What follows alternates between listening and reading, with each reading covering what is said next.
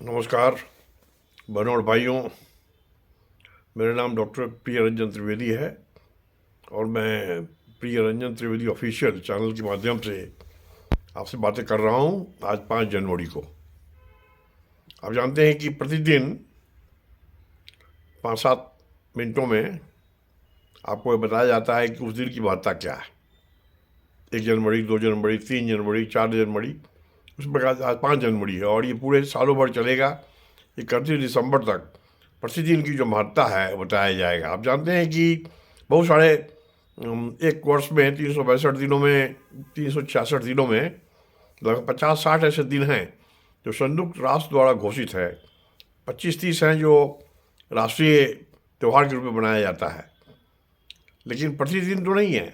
लेकिन ऐसे बहुत सारी संगठनें हैं, संस्थाएं हैं, सरकारें हैं जहाँ पर प्रतिदिन कुछ ना कुछ मनाया जाता है, जिसका संकलन हमने किया है।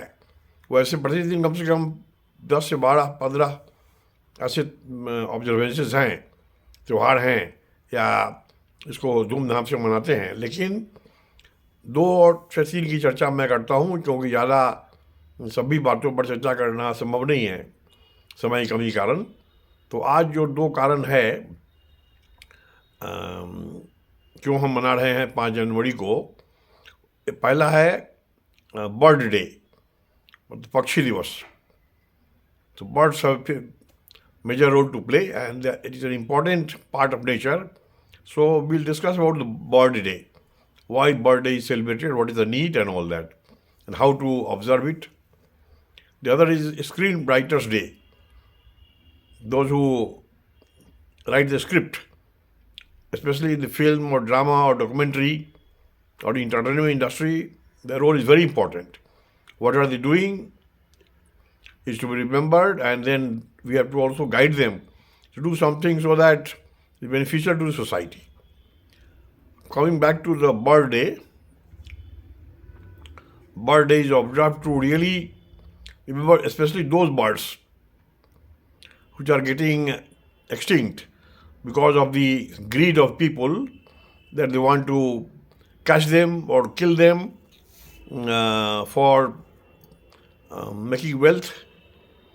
It is a very dirty habit. So the idea is to protect every bird. But remember also such birds which are getting extinct, how to save them, how to increase their numbers. It is very important. So the best way to observe is to really start loving the birds and how birds are to be seen, how it is observed, how it is protected, and what are the strategies. There should be a national bird policy in every country so that the birds are protected, because they are the part of nature. If birds are not there, there may be a disaster. There are many such animals which are getting extinct and which is not beneficial to society, because God has made every animal, every bird, every creature for some reason or the other.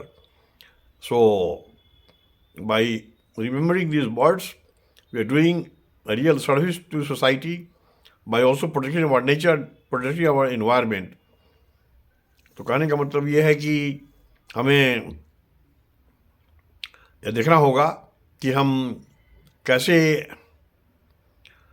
पक्षियों की सेवा कर सकते हैं, पक्षियों को याद कर सकते हैं, और पक्षियों के सम्मान में ऐसे पक्षी जो विलुप्त हो रहे हैं, जिनको किसी तरह से पकड़ा जाता है, उनका व्यापार किया जाता है या उनको मार दिया जाता है खाने पीने के लिए, ये सब बहुत गंदी और गिरी हरकत है। इसको पर रोक लगाना आवश्यक है, और जैसे ही हम रोक लगाएंगे तो आगे काम बढ़ेगा। तो मिला जुला कर हम राष्ट्रीय पक्षी दिवस को इस प्रकार मनाएं। जो दूसरा दिवस है वो है स्क्रीन राइटर्स डे, यानी पटकथा लेखक दिवस। पटकथा लेखकों का बड़ा महत्व है, खासकर जो डॉक्यूमेंट्री बनती है या नाटक है या सिनेमा हो रहा है या कोई इंटरटेनमेंट इंडस्ट्री है, मनोरंजन का जो उद्योग चल रहा है पूरे भारतवर्ष में और दुनिया में, एक बहुत बड़ा उद्योग है। तो इसमें पटकथा लेखकों की बड़ी भूमिका है। जो पटकथा वो लिखते हैं, कैसा लिखते हैं, उसी पर समाज की प्रगति संभव है। अगर वो आजकल जो पटकथा लेखक केवल कभी कभी जो हमारे प्रोड्यूसर हैं या डायरेक्टर हैं, उनके कहने पर कुछ ऐसी पटकथा लिखते हैं जो बहुत चिकना चुपड़ा और मतलब हिमड़स और कॉमेडियन टाइप का, जिसके बच्चे लोग पसंद करते हैं, लेकिन समाज के लिए ठीक नहीं है।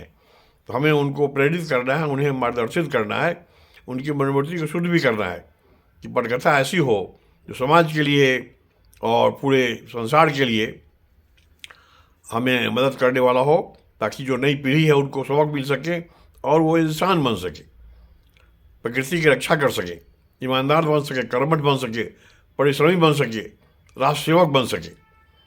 ऐसी धारणा से बने। ऐसा नहीं कि उनका दिमाग प्रदूषित हो जाए, क्योंकि प्रदूषित करने वाला जो ऐसी पटकथा होती है उसमें लोग ज़्यादा देखना चाहते हैं।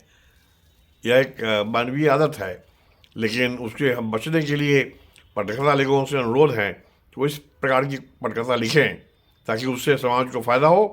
इसीलिए पटकथा लेखक दिवस मनाया जाता है, उनको बधाई देने के लिए, उनके सम्मान में कि जिन्होंने अच्छी पटकथा लिखी है और उसी तरह का चलन अभी भी चले, इसके लिए नए जो लेखक हैं उन्हें आह्वान किया जाता है कि वे भी अपने आप को न्यौछावर करें ऐसी पटकथा लिखने में, ताकि उससे समाज को फ़ायदा हो।